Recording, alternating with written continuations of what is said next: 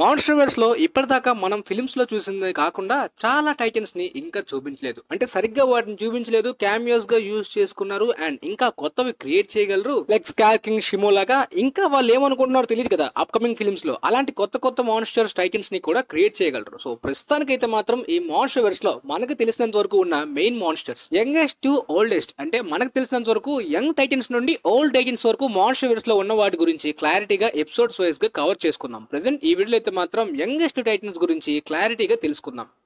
ముందుగా మోత్రా హిస్టరీ ప్రకారం చూసుకుంటే ఈ స్పీసీస్ 10,000 ఇయర్స్ ముందు నుండి ఉన్నాయి. కాకపోతే మనకి మాత్రం ఫిలిం ప్రకారం కింగ్ ఆఫ్ ది మాన్స్టర్స్ లోని కొన్ని వారాలు మాత్రమే కొత్తగా, అంటే రీసెంట్ గా పుట్టినట్టు మాత్రమే చూపిస్తారు మోత్రాని. తన ఎగ్ నుండి బయటికి రావడం, గిజోరా తోటి ఓడిపోవడం, తర్వాత మళ్ళీ క్రెడిట్స్ లో చూపిస్తారు. ప్రస్తుతానికి అయితే హైబర్నేషన్ లో ఉంది కాబట్టి అప్కమింగ్ ఫిలిం లో వస్తుంది ఖచ్చితంగా. సో మోత్రా అయితే మాత్రం చాలా యంగెస్ట్ అనమాట ఫిలిమ్స్ పరంగా.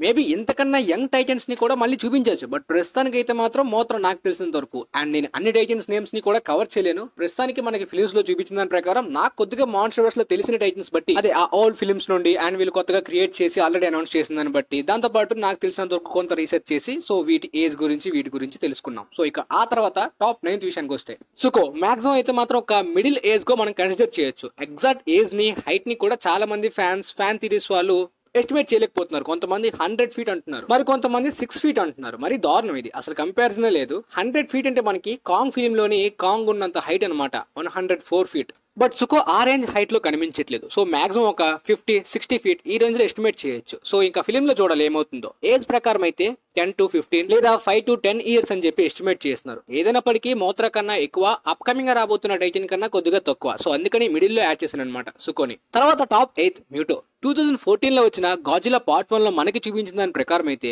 మ్యూటో ఆ కుకూన్స్ నుండి బయటకు వచ్చి ఒక 15 ఇయర్స్ అనమాట. సో శాన్ ఫ్రాన్సిస్కోలోని ఆ టైటన్ చచ్చిపోయింది కదా లాస్ట్ కి, కానీ దాని ఏజ్ మాత్రం 15 ఇయర్స్ అనమాట, కరెక్ట్ గా పుట్టి బ్రతికినంత వరకు. సో మాన్స్టర్వర్స్ లో ఆ విధంగా దీని ఏజ్ అయితే మాత్రం కన్సిడర్ చేశారు. మేబీ ఒకవేళ సుకో ఏజ్ 20 దాటి ఉన్నాయి అనుకోండి. ఏదైనప్పటికీ ఈ ఈవెంట్స్, అదే ఈ మ్యూటో పుట్టి చాలా ఏళ్ల క్రితమే కదా, ఒకవేళ ఇది బతుకుంటే దీనికన్నా ఇప్పుడు ఏజ్ లోని సుకో కన్నా ఎక్కువ ఉండేది కదా. సో అందువల్లనే ఈ విధంగా లిస్ట్ లో పెట్టాను. బట్ ఇది కేవలం ఎంటైర్ స్పీసెస్ ది కాదనమాట. కేవలం ఫిలిం లో చూపించింది ఆ కుకూన్స్ నుండి బయటకు వచ్చిన మ్యూటో యొక్క ఏజ్ మాత్రమే. మ్యూటో ప్రైమ్ యొక్క ఏజ్ చాలా తేడాగా ఎక్కువగా ఉంటుందన్నమాట. ఒకవేళ ఫిలిం లోని కనిపించిన ఆ ఫీమేల్ మ్యూటోని గాజిలా చంపకుండా వదిలేసి ఉంటే అది ఖచ్చితంగా మ్యూటో ప్రైమ్ అయి ఉండేది. సో ఇక్కడ నార్మల్ మ్యూటోకి మ్యూటో ప్రైమ్ కి ఉన్న తేడాని క్లారిటీగా పాయింట్ ని అబ్జర్వ్ చేయండి. తర్వాత టాప్ 7 ఖచ్చితంగా మీరు సర్ప్రైజ్ అవుతారు. అవును, Kong one of the youngest Titan అని చెప్పాలి. కాంగ్ యొక్క ఆరిజిన్ గురించి, అసలు ఏ విధంగా పుట్టాడనే దాని గురించి సెపరేట్ గా వీడియో చేసి ఆల్రెడీ మన ఛానల్లోని అప్లోడ్ చేశాను, గాజిలా గురించి కూడా. సో మీరు మిస్ అయితే ఒకవేళ కొత్తగా ఈ వీడియోని ఓపెన్ చేస్తే మాత్రం వెళ్ళి వాటిని చూడండి, మీకు క్లారిటీగా అర్థమవుద్ది కాంగ్ ఎందుకని యంగ్ అని. కాంగ్ పేరెంట్స్ కి ఏమైందనే దాని గురించి ఆ కంప్లీట్ కామిక్ స్టోరీని కూడా ఎక్స్ప్లెయిన్ చేశాను. పోతే కాంగ్ ఏజ్ అయితే మాత్రం స్కల్ ఐలాండ్ ప్రకారం చూసుకుంటే 100 ఇయర్స్. ఎస్, ఒక 100 సంవత్సరాల ముందు పుట్టిన ఎస్టిమేషన్ అనమాట అక్కడ ఈవీ పీపుల్ మాట్లాడుకునే దాన్ని బట్టి, దాంతో పాటు మోనార్క్ యొక్క రీసెర్చ్ బట్టి. సో ఆ కాంగ్ అయితే మాత్రం 100 ఇయర్స్ అయినప్పటికీ జస్ట్ యంగే, ఇంకా ఓల్డ్ గా పెద్దగా అవ్వలేదు, సైజ్ అలా పెరుగుతున్న వాడు మాత్రమే. పోతే స్కల్ ఐలాండ్ టైం అంతా కూడా 1973. సో గాజిలా వర్సెస్ కాంగ్ ఫిల్మ్ కి దాదాపుగా కాంగ్ యొక్క ఏజ్ 150 దగ్గరలో ఉంటుందన్నమాట. స్కార్ కింగ్ ని క్రియేట్ చేసినప్పటికీ ఆ క్యారెక్టర్ యొక్క ఏజ్ గురించి ఇంతవరకు ఎలాంటి ఎస్టిమేషన్ కూడా రాలేదు గైస్. తర్వాత టాప్ 6 బెహిమోత్. ఈ బెహిమోత్ స్పీసీస్ లోని చాలా రకాలు ఉంటాయి. అందులోని చాలా ఓల్డెస్ట్ వి ఉంటాయి, యంగెస్ట్ వి ఉంటాయి. సో మనకి ఇక్కడ కనిపిస్తున్న దాని ప్రకారం స్లాత్స్ అనమాట. ఇలా చాలా నేమ్స్ తోటి డిఫరెంట్ స్పీసీస్ ఉన్నాయి బెహిమోత్ అనే పేరుతోటి. వీటి స్పీసీస్ లోనే కొన్ని రూలర్స్ టైప్ లో కూడా ఎన్నో ఏళ్ల వరకు ఇమ్మోర్టల్స్ లా అలా బ్రతుకుతూ ఉంటాయి. అవి వాటర్ తాగు, ఫుడ్ తినవు అనమాట. సో ఆ విధంగా బ్రతికేస్తూ ఉంటాయి చాలా ఏళ్ల వరకు. ఫిలిమ్స్ లో వీటి గురించి స్పెసిఫిక్ గా చూపించలేదు, కానీ ఎస్టిమేషన్స్ ప్రకారం వీటి age 35 to 40 million years ago. ఇక ఆ తర్వాత హెలాక్రా, అదే స్కల్ క్రాలర్స్ అనమాట. వీటి ఒరిజినల్ నేమ్ హెలాక్రా అని చెప్పి నేను కింగ్ కాంగ్ ఆరిజిన్ లో అని చెప్పాను కదా.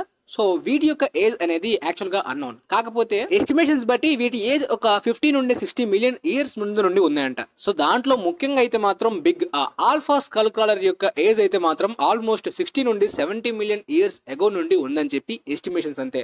సో కంప్లీట్ గా మొత్తం ఎంటైర్ స్పీసెస్ మొత్తం అయితే 50 నుండి 70 మిలియన్ ఇయర్స్ ఎగో అని చెప్పి ఒక ఎస్టిమేషన్స్ అనమాట. వీలైతే ఈ ఆరిజిన్, అదే ఈ స్కల్ క్రాలర్స్ యొక్క సపరేట్ ఆరిజిన్ గురించి ఇంతవరకు క్లారిటీగా అర్థం కాలేదు కదా, వీలైతే వీడియో చేయడానికి ట్రై చేస్తాను. ఇక ఆ తర్వాత మ్యూటో ప్రైమ్. ఇందాక మనం మాట్లాడుకున్నది కేవలం ఆ కుకూన్స్ నుండి బయటకు వచ్చి కొన్ని ఇయర్స్ వరకు బ్రతికిన ఒక స్మాల్ స్పీసెస్, అదే ఆ జాతిలో ఉండే ఒక స్మాల్ మ్యూటో మాత్రమే. కానీ మ్యూటో ప్రైమ్ ఏజ్ అయితే మాత్రం చాలా ఎక్కువగా ఉంటుంది, చాలా మంది గెస్ కూడా చేయరు.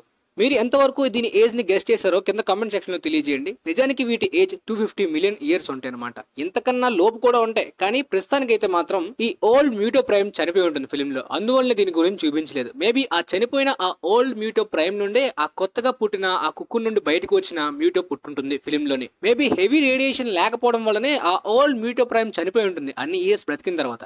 ఆ సీన్ లో మీరు అబ్జర్వ్ చేశారా? డాక్టర్ సెరిజావ్ ఇది గాడ్జిల్లా ఏమో అని అంటే కాదు, అంతకన్నా ఓల్డ్ అని చెప్తాడు. నిజానికి ఈ ఓల్డ్ మ్యూటో ప్రైమ్ అయితే గాడ్జిల్లా కన్నా ఎత్తుగా కొద్దిగా వాటికి పవర్ఫుల్ గా పోటీ ఇచ్చే విధంగా కూడా ఉంటాయి అన్నమాట.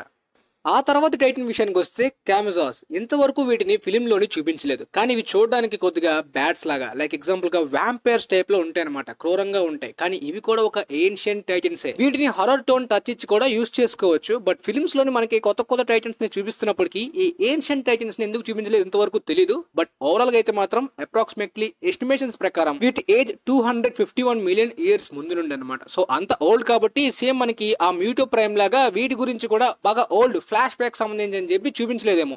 అంటే హ్యూమన్స్ ఎగ్జిస్టెన్స్ లేని టైంలోనే ఈ టైటన్స్ ని క్రియేట్ చేసి ఉంటారు. కనీసం ఆ ఓల్డ్ ఏన్షియంట్ కాకుండా కొద్దిగా అంటే కంప్లీట్ గా వీటి స్పీసెస్ ని అంతరించిపోయా, లేదంటే వీటిలో చిన్నవైన ఉంటాయి కదా కొద్దిగా యంగ్ గా కొత్తగా పుట్టినవి, వాటిని చూపించినా పర్లేదు.